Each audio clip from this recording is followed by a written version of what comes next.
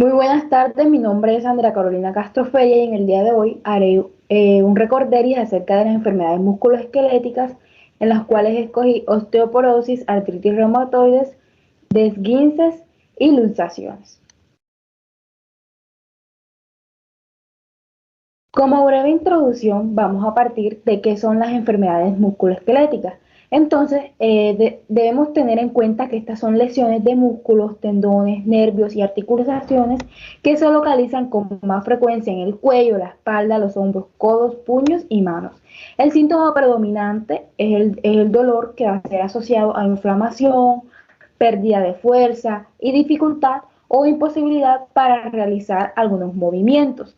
Este grupo de enfermedades se da con frecuencia en trabajos que requieren una actividad física importante, pero también aparecen otros trabajos como consecuencia de malas posturas sostenidas durante largos periodos de tiempo. Dentro de las causas y los factores de riesgo tenemos el ritmo de trabajo, el trabajo repetitivo, los horarios de trabajo, los factores de tipo psicosociales y tareas u ocupaciones. También debemos tener en cuenta que en algunos casos hay un componente genético y un componente ambiental. Dentro de los factores de riesgo físico, entonces estaría la manipulación manual de carga, las posturas forzadas, los movimientos repetitivos, la aplicación de fuerza excesiva, las vibraciones. Dentro de los factores de organización del trabajo está el ritmo alto de trabajo, la falta de autonomía, la falta de pausas, el trabajo monótono y repetitivo, los horarios y las remuneraciones. Dentro de los factores del entorno de trabajo jugaría lo que sería la temperatura, la iluminación, el mal diseño del puesto del trabajo. Y dentro de otros factores de riesgo tenemos lo que son la doble jornada para el trabajo doméstico. Entonces, ya vamos a entrar en lo que sería la osteoporosis. Tenemos que tener en cuenta, bueno, partimos de qué es la osteoporosis. Y esta es una enfermedad esquelética sistémica que va a estar caracterizada por una baja masa ósea y un deterioro en la microarquitectura del hueso con un aumento correspondiente en la fragilidad ósea, susceptible a las fracturas. Y más reciente, pues la osteoporosis es también definida como un trastorno esquelético que va a estar caracterizado por un compromiso en la fortaleza del hueso y una predisposición aumentada en el riesgo de fractura. La fortaleza ósea refleja la integración de dos factores principales, que serían la densidad y la calidad ósea. En cuanto así, a manera generalizada, pues en cuanto a su epidemiología, decimos que esta afecta principalmente a las mujeres posmenopáusicas. La morbimortalidad está asociada a estas fracturas y tiene además del deterioro de la salud del individuo, pues importantes costos económicos en hospitalizaciones, cirugías y atención domiciliaria. Además, pues la expectativa de vida promedio en Colombia es de 78 años. Dentro de las causas, pues esta va en aumento pues, en el mundo a medida que la población envejece. La edad avanzada es el factor de riesgo con más peso en la predisposición de la osteoporosis, la menopausia precoz, la historia parenteral de fracturas de cadera, el índice de masa corporal bajo y la presencia de enfermedades o uso de medicamentos o sustancias que nos van a predisponer o constituyen los principales factores de riesgo de osteoporosis y fractura por fragilidad. Dentro de estos factores de riesgo vamos a encontrar lo que sería el envejecimiento, ser de talla pequeña y delgada, antecedentes familiares de osteoporosis, tomar medicamentos, ser mujer de raza blanco o asiática y tener osteopenia, que significa pérdida de la densidad ósea, es decir, pérdida mineral de la densidad ósea. Entonces, aquí tenemos algunos factores de riesgo para la osteoporosis en esta tabla que nos va a enumerar estos factores de riesgo que van a estar incluidos en el modelo FRAT. Y el modelo FRAT es un predictor de fracturas a 10 años. Entonces, este modelo pues nos incluye lo que sería la edad, el sexo, el índice de masa corporal, la historia familiar de fracturas de cadera, la historia personal de fracturas, el uso crónico de glucocorticoides, la presencia de artritis reumatoide, alcoholismo, tabaquismo, osteoporosis secundarias, alguna enfermedad o algún uso de medicamentos, la densidad mineral ósea en cuello femoral que no es imprescindible para la aplicación pues, de este algoritmo. Entonces, pues estos factores de riesgo para osteoporosis los vamos a tener en cuenta al momento de realizar el predictor FRAT, que más adelante les contaré de qué trata. Pues ya sabemos que esto es un predictor de fracturas a 10 años. Bueno, dentro de las manifestaciones clínicas tenemos que los síntomas de la osteoporosis, los principales son deformidades de la columna, dolor muscular, debilidad de los huesos, la presencia de fracturas, dolor en el cuello, la pérdida de peso y de talla a medida que va avanzando la enfermedad. Los tipos de osteoporosis, entonces los vamos a clasificar en tres. La osteoporosis postmenopáusica, que la causa principal es la falta de estrógenos. En general los síntomas aparecen en mujeres de 51 a 75 años de edad, aunque puede empezar antes o después de esas edades. Tenemos la osteoporosis senil como resultado de una deficiencia de calcio que va a estar relacionada con la edad y de un desequilibrio entre la velocidad de degradación y de regeneración ósea, que afecta por lo general a mayores de 70 años y es 2 veces más frecuente que en las mujeres que en los varones. Tenemos la osteoporosis secundaria, que esta puede ser consecuencia de ciertas enfermedades como son la insuficiencia renal colónica y ciertos trastornos hormonales como corticosteroides, barbitúricos, anticonvulsivantes y cantidades excesivas de hormona tiroidea. Para el diagnóstico, bueno, generalmente la osteoporosis no se detecta hasta que aparecen síntomas clínicos claros como la reducción de la estatura y la fractura. Y estas se producen normalmente en las vértebras torácicas y lumbares, el cuello, el fémur y el radio distal.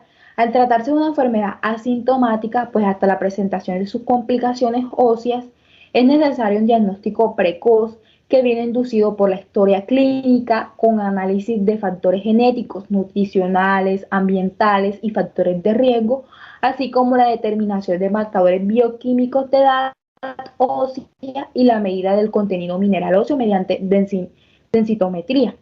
Entonces,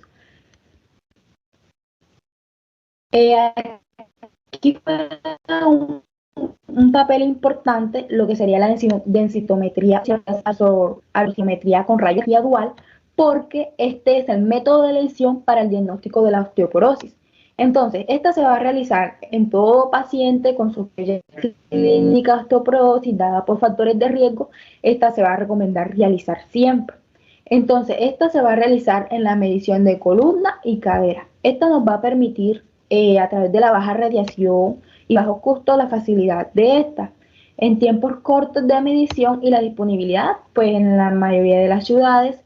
Entonces, a través de esta, vamos a medir lo que sería la densidad mineral ósea en el cuello femoral, que es un factor predictor de riesgo de fracturas de cadera tanto para hombres como para mujeres. Y a la edad de 65 años, el riesgo relativo pues se ha visto un aumento alrededor de un 95%, y para esto para las mujeres, y para los hombres en un alrededor de un 50%. Entonces, este es un predictor muy importante para poder realizar un diagnóstico precoz.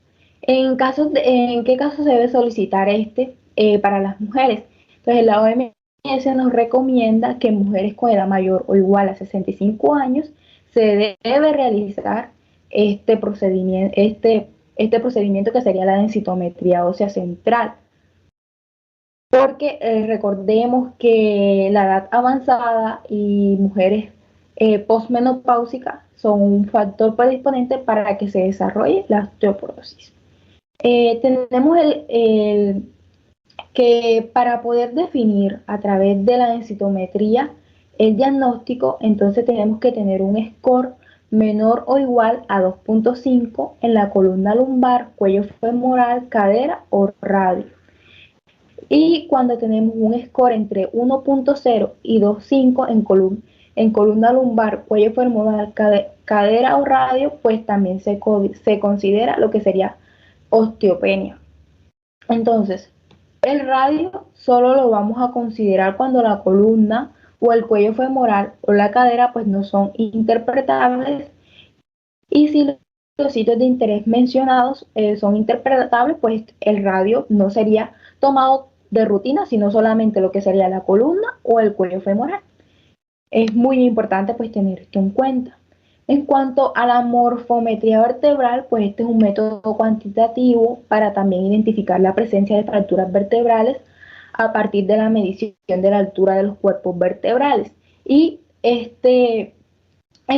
pues la vamos a realizar en aquellos pacientes que tengan un score de densitometría menor a 1.0 y que tenga las siguientes condiciones: que sea mujer mayor de 70 años de edad, que tenga pérdida de talla mayor de 4 centímetros y que tenga un reporte o historia personal de una fractura vertebral no documentada, y que tenga un consumo de glucocorticoides ya sea mayor o igual a 5 miligramos por día de prednisolona o su equivalente por un periodo de tiempo mayor de 3 meses. En cuanto a la radiografía de columna dorsolumbar, pues esta se va a realizar a todos los pacientes con osteoporosis. Se le debe hacer una radiografía lateral de la columna dorsolumbar, en donde vamos a obtener que si el paciente tiene un score menor a 1, pues está asociado con uno o más de los siguientes parámetros, es decir, que sea mujer mayor o igual a 70 años de edad, que tenga pérdida de la talla mayor de 4 centímetros y que tenga antecedentes de haber presentado fractura por columna clínica y que tenga una terapia de glucocorticoides. Entonces, a estos pacientes les vamos a realizar lo que sería una radiografía de columna dorsolumbar a los que cumplan pues con este requisito. Eh, para la realización de la resonancia magnética simple de columna dorsolumbar, pues esta la vamos a realizar en aquellos pacientes que presenten una fractura vertebrales sintomáticas con compromiso neurológico o que tenga un aumento de la cifosis, y se debe realizar siempre la resonancia magnética para así confirmar la presencia de las fracturas vertebrales sintomáticas y confirmar el diagnóstico. Si pasadas las 6 semanas de una fractura vertebral, si la paciente continúa con dolor lumbar o dorsal incapacitante, se debe ordenar una resonancia magnética también para así ayudar en el diagnóstico y considerar la posibilidad de realizar un procedimiento quirúrgico percutáneo, que sería lo que se conoce como vertebroplastia o cifroplastia. En cuanto a la medición del calcio exérico, esta es muy importante realizarlo antes de iniciar el tratamiento, porque este consenso se recomienda para así saber si se debe corregir el calcio, también con albúmina en cirrosis, en aquellos pacientes que presentan síndrome nefrótico, aquellos pacientes que tengan desnutrición, en síndromes de mala absorción, y para aquellos pacientes que presenten una proteinemia. Se debe también realizar un hemograma en estos pacientes antes de iniciar el tratamiento, porque pues esto nos va a ayudar a sospechar las causas secundarias y ocultas, o sea, nos va a ayudar a determinar el diagnóstico, y también si de pronto hay la presencia de un mieloma múltiple o leucemias. Entonces, el calcio en orina pues también se debe medir antes de iniciar el tratamiento, porque si la calcinuria en 24 horas orienta hacia patologías como la hipercalcinemia idiopática y la hipercalcemia hipocalciuria familiar, pues va a sustentar el diagnóstico de hiperparatiroidismo y es encontrada en hipovitaminosis D y fases iniciales de hiperparatiroidismo o insuficiencia renal, y se considera como hipercalcinemia a nivel mayor a 4 miligramos por kilogramos. Entonces, también debemos medir la vitamina D en las pacientes con osteoporosis antes de iniciar el tratamiento. ¿Por qué?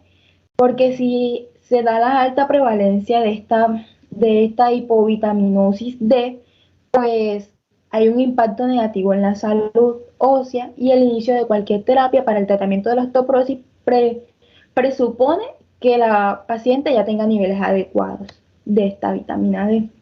También debemos medir en estos pacientes lo que sería la creatinina, porque para el tratamiento de la osteoporosis, pues para la eliminación de estos son a nivel renal. Entonces es muy importante tener en cuenta esto para así poder hacer una dosificación adecuada en estos pacientes.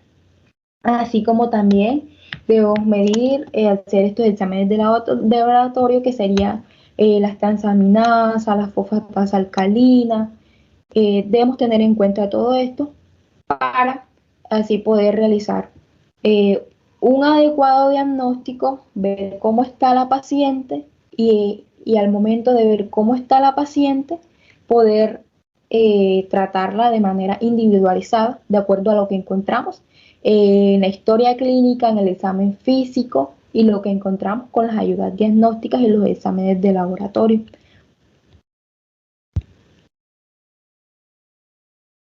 Entonces aquí tenemos los factores de riesgo que están incluidos en el FRAT. Entonces, como les había dicho, el FRAT es una herramienta que nos va a permitir calcular el riesgo de fracturas a partir de una serie de factores de riesgo clínico, que estos van a ser con o sin datos de densitometría ósea, por la calidad de los datos, pues a partir de la metodología utilizada en esto es probablemente el método más recomendable para la determinación del riesgo de fracturas, y el FRAC pues nos permite calcular el riesgo absoluto de fracturas osteoporóticas global y de cadera en los próximos 10 años en diferentes poblaciones. Tenemos que en Colombia los vamos a clasificar en edades entre 40 y 90 años, y estos, una vez realizados estos factores de riesgo, vamos a ver qué medidas vamos a hacer con ese paciente que esté presentando esto.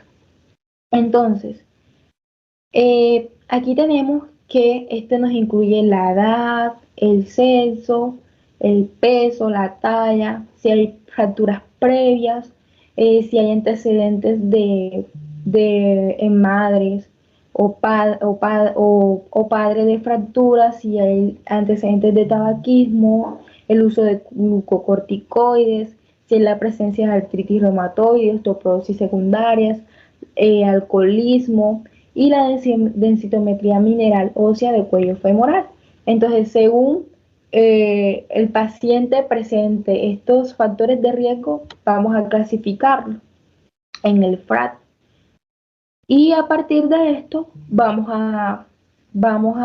según sean los riesgos que encontramos, vamos a considerar qué hacer con el paciente.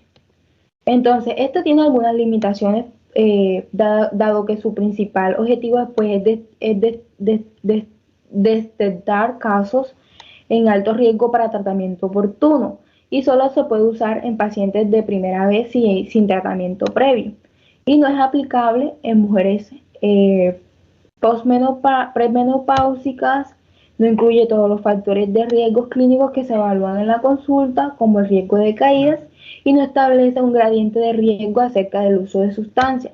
Y por ejemplo, esto puede subestimar el riesgo de los pacientes que toman glucocorticoides a dosis altas y por más tiempo. Para el tratamiento, entonces, en la osteoporosis, el objetivo principal son prevenir las fracturas, mejorar la densidad y la calidad ósea y corregir los factores de riesgo que sean modificables. Entonces, ¿en qué pacientes se debe iniciar el tratamiento con medicamentos antiosteoporóticos? Entonces, la decisión terapéutica, según el consenso colombiano, pues aconseja tratar cualquiera de las siguientes circunstancias. Si el paciente tiene presencia de fracturas por fragilidad independiente de la densitometría ósea, cuando la densidad mineral ósea es igual o inferior a 2.5 en el score, cuando una vez se ha hecho la evaluación del FRAT para Colombia y el resultado se ubica dentro del umbral del tratamiento. Entonces, la primera línea la vamos a realizar en aquellos pacientes que tengan menos de 10 años de instaurado de la menopausia.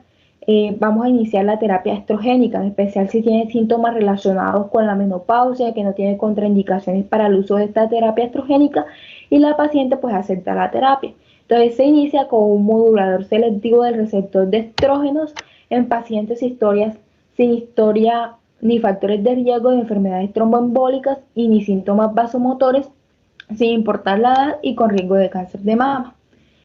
Dentro de los de segunda línea, entonces, sí hay contraindicaciones para el uso de estrógenos o la paciente no acepta ninguna de las terapias de primera línea, se puede utilizar lo que sería el bifosfonato, idealmente en pacientes de más de 60 años, debido a la relación riesgo-beneficio que representa la terapia por más de 10 años, de 10 años continuos. Entonces, iniciaríamos con alendronato a dosis de 70 miligramos por semana por vía oral durante 3 a 5 años. También tenemos como opción el ácido zoledrónico, que se puede considerar en casos de baja gerencia al bifosfonato oral o intolerancia gástrica, a dosis intravenosa de 5 miligramos cada 2 años, 2 dosis. Y tenemos el risedronato a una dosis de 35 miligramos por semana o 150 miligramos mensuales por vía oral durante 3 años. Pues pasamos a la artritis reumatoide. Pues esta es una enfermedad que afecta las articulaciones y coyunturas, causa dolor, hinchazón y rigidez. Si una rodilla o mano tiene artritis reumatoide, usualmente la otra rodilla o mano también va a estar afectada. Y esta enfermedad ocurre a menudo en más de una articulación y puede afectar cualquiera de las articulaciones. Las personas con esta enfermedad pueden sentir malestar, cansancio y a veces pueden tener fiebre. Y esta es una enfermedad inflamatoria más común en adultos con una alta prevalencia en la población adulta general. Y el diagnóstico va a ser evocado en presencia de ciertos signos clínicos como son hinchazón, rigidez matutina de más de 20 minutos y exámenes biológicos sistémicos como la tasa de sedimentación, proteínas C reactivas, anticuerpos de proteínas citrulinados y factores reumatoides. También puede ser tenida en cuenta la obtención de imágenes. Dentro de las causas tenemos que aún no se sabe una causa exacta, es desconocida, pero se sabe que con este tipo de artritis el sistema inmunitario ataca a los tejidos de su propio cuerpo y algunos factores que podrían causar la artritis reumatoide son los genes que pasan de padres a hijos y tenemos el medio ambiente y las hormonas. Dentro de los síntomas, pues el síntoma principal de esta enfermedad es la inflamación que resulta parcial a simple vista. En ocasiones puede producirse un derrame de líquido sinovial. La inflamación de las articulaciones afectadas causa dolor en el individuo que las padece y asimismo aparecen abultamientos duros que son conocidos como los nódulos reumatoideos en las zonas de roce de la piel como los codos, el dorso, los dedos, de las manos y de los pies y también puede localizarse en el interior del organismo. Con el tiempo se produce una deformidad debido al deterioro progresivo de las articulaciones afectadas. También puede producir algo de fiebre y en ocasiones una inflamación de los vasos sanguíneos como la vasculitis que provoca lesiones de los nervios o llagas en las piernas.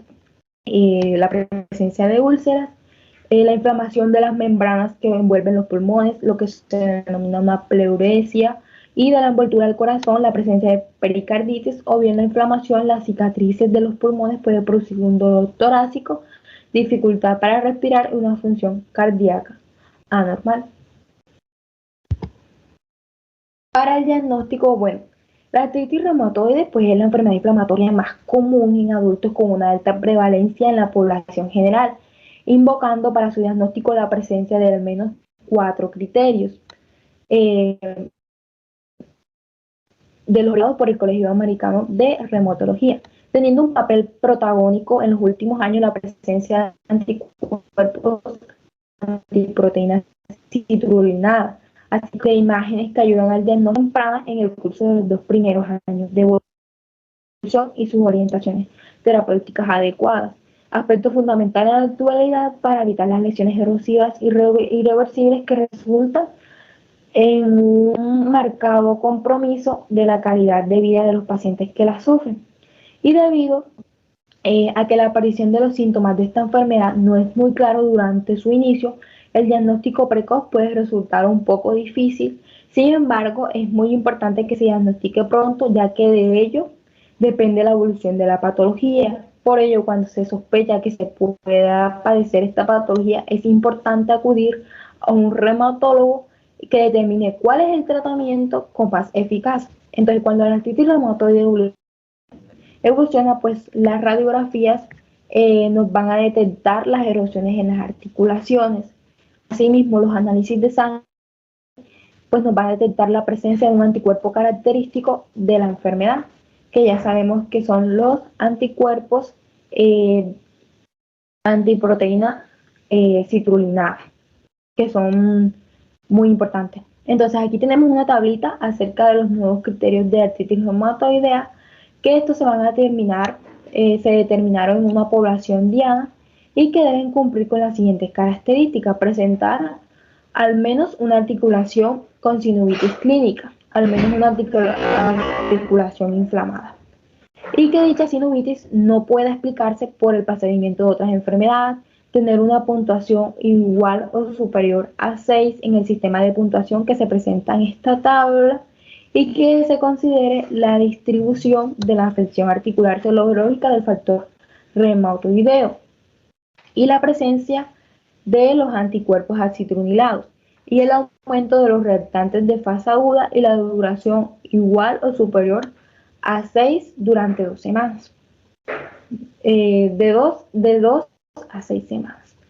Y estos criterios también permiten hacer el diagnóstico en aquellos pacientes que presentan una artritis reumatoide evolucionada, siempre que tenga erosiones típicas de artritis reumatoidea, que presenten una enfermedad de larga evolución, que esté activa o inactiva, cuyos datos retrospectivos nos van a permitir la clasificación con los criterios mencionados.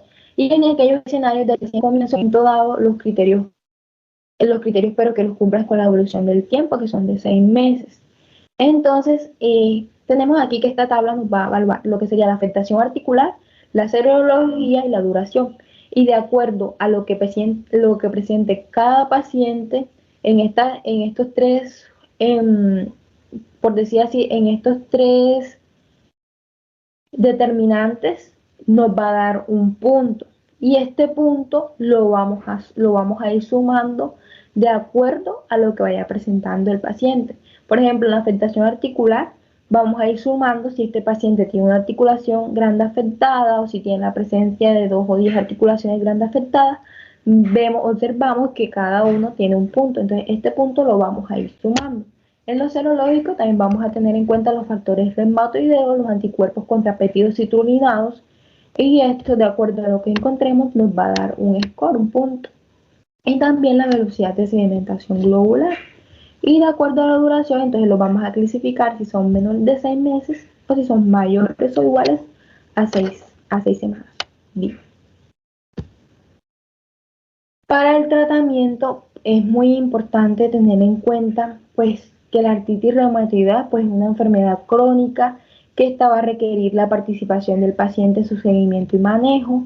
La decisión médica va a estar compartida, pues que es el verdadero fundamento de la alianza terapéutica, y va a requerir que cada paciente tenga acceso a información y un proceso educativo que les va a permitir tomar las decisiones informadas según sea las manifestaciones clínicas que esté presentando y según sea su historial. Entonces tenemos que para el tratamiento de la artritis reumatoidea va a englobar 2 tipos de fármacos: los que se utilizan para aliviar los dolores día a día, que son los antiinflamatorios y corticoides, y los que sirven para modificar la enfermedad a largo plazo. Estos últimos pueden ser efectivos durante semanas, incluso meses después del tratamiento, pero no son eficaces en el 100% de los pacientes, por lo que habitualmente el médico va a prescribir varios de forma secuencial hasta encontrar aquel que sea más eficaz y mejor tolerado. Entonces, decimos que el metrotrexato pues es el utilizado de primera línea para aquellos pacientes con una artritis reumatoidea activa. La dosis óptima que debe alcanzar es un máximo de 4 a 8 semanas.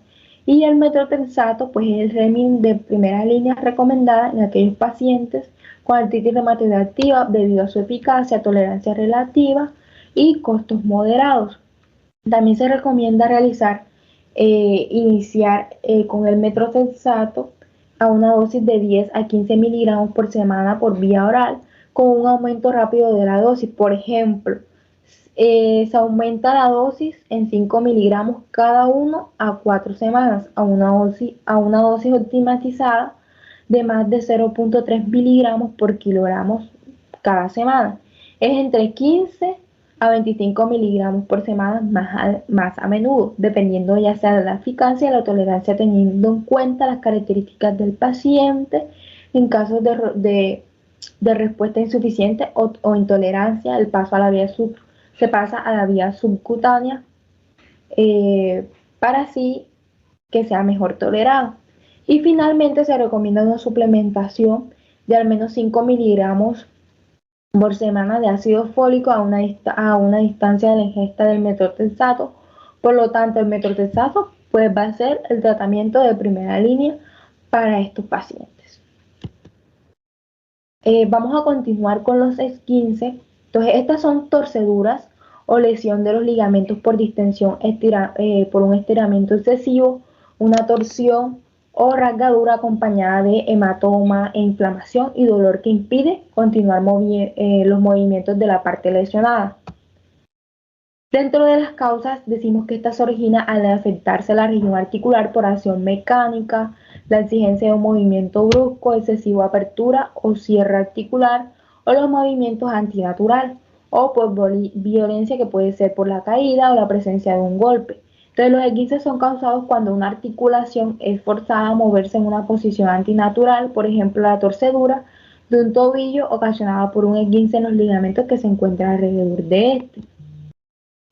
Dentro de las manifestaciones clínicas decimos que los esguinces causan inflamación y dolor al principio intenso y luego va disminuyendo, provocando impotencia funcional e incluso parálisis temporal. Y estos abarcan dolor articular o dolor muscular como hinchazón, rigidez articular, cambios de color de la piel y especialmente hematomas. Dentro de los tipos de esguince los vamos a clasificar en grado 1, grado 2 y grado 3. De los grado 1 pues que se producen por la distensión de los ligamentos pero sin llegar a la rotura de los mismos. No existe lasitud articular asociada, por lo tanto la persona afectada puede realizar movimientos completos que van a estar asociados a un dolor leve y un ligero proceso inflamatorio. Los esguinces de grado 2, pues en este caso, si existe una rotura parcial del tejido ligamentoso que va a estar acompañado de una inflamación más acentuada, el paciente responde con posturas antiálgicas, es decir, a vicios posicionales para evitar el dolor y una ligera inestabilidad articular presente en diferentes niveles de tumefacción, deformidad y equimosis, y puede ser visible un hematoma en la zona afectada. En los esguinces de grado 3 pues, va a presentar una rotura completa de la porción ligamentosa, dolor vivo, hinchazón prominente, deformidad y esquimosis acentuada, impotencia funcional de la articulación afectada. Para el diagnóstico, pues en un esguince, o también conocido como torcedura, el diagnóstico suele basarse en los síntomas característicos, la articulación afectada, que duele, sobre todo cuando el paciente trata de moverla y se inflama mucho. A la vez que esto vamos a encontrar que a nivel de la piel de esta va a estar en forma de color azulada o moteada, y la descripción exacta de la forma pues, en que ocurrió la lesión también puede ser útil para el diagnóstico, puesto que es difícil distinguir con la exploración física entre un esguince leve y uno grave. Se suele utilizar lo que sería una radiografía para el diagnóstico, una resonancia magnética y a través de estas exploraciones se puede descartar los huesos que se hayan visto afectados y así según esto los vamos a clasificar en grado 1 y grado 2 o grado 3. Para el tratamiento, pues ante el tratamiento de un esguince podemos clasificarlo por su gravedad. En casos del tratamiento puede variar y siempre será un médico especialista. El tratamiento del esguince leve debería considerar en aplicar hielo de manera indirecta para no causar quemaduras por espacios de 15 o 20 minutos 3 o 4 veces al día. Se debe aplicar una movilización ligera mediante una férula o vendaje compresivo, lo que va a permitir la cicatrización del tejido. En la medida de lo posible se elevará la zona lesionada para así reducir la presión sanguínea y que disminuya la inflamación y el dolor. Si el esguince es muy doloroso, se recomienda mantener en reposo hasta que remita el dolor. La curación del esguince conlleva limitar la movilidad, aunque habitualmente solo de forma relativa y no absoluta, y de manera transitoria, lo que nos puede producir la pérdida de la fuerza o potencia muscular. Por eso, una vez curado pues el esguince, es conveniente hacer ejercicio evitando solo aquellos movimientos que eventualmente desencadenen o incrementen el dolor. Y existen ejercicios especializados para los esguinces graves que se caracterizan por la producción de un desgarro o un arrancamiento de los ligamentos y ello da lugar a movimientos anormales amplios en la articulación. En el examen físico o el examen clínico, la articulación va a ser dolorosa y aparece hinchada, pero a veces poco más en el caso de los esguinces leves. Y las radiografías, recordemos que van a ser indispensables para así poder clasificarlas en grado 1, grado 2 o grado 3 y de acuerdo a eso vamos a hacer el tratamiento en estos pacientes. Seguimos con la luxación o también conocidas como dislocación en toda la lesión del causulo ligamentosa con pérdida permanente del contacto de las superficies articulares por causa ya sea de un trauma grave que puede ser total cuando se denomina luxación o parcial cuando se denomina subluxación. Y en semiología clínica pues el término se conoce como abartrosis o abarticulación. Dentro de las causas, pues este tipo de lesión es frecuente porque tiende a darse en situaciones especiales para que se produzca, ya sea un golpe que no necesariamente puede ser fuerte, que se recibe en un sitio específico y puede dislocar un miembro, al igual que puede suceder con una mala postura o una caída con mal apoyo. Dependiendo de la articulación afectada, las más comunes son hombros, cadera, rodilla, tobillo, codo o espalda. Dentro de las manifestaciones clínicas tenemos que la zona afectada va a estar hinchada y amoratada, dolor agudo e intenso, puede haber una afectación nerviosa y encontraremos deformidad del miembro que adopta una postura antinatural. Dentro de los tipos de luxaciones, entonces los vamos a clasificar en una luxación parcial o subluxación, las luxaciones traumáticas y las luxaciones congénitas.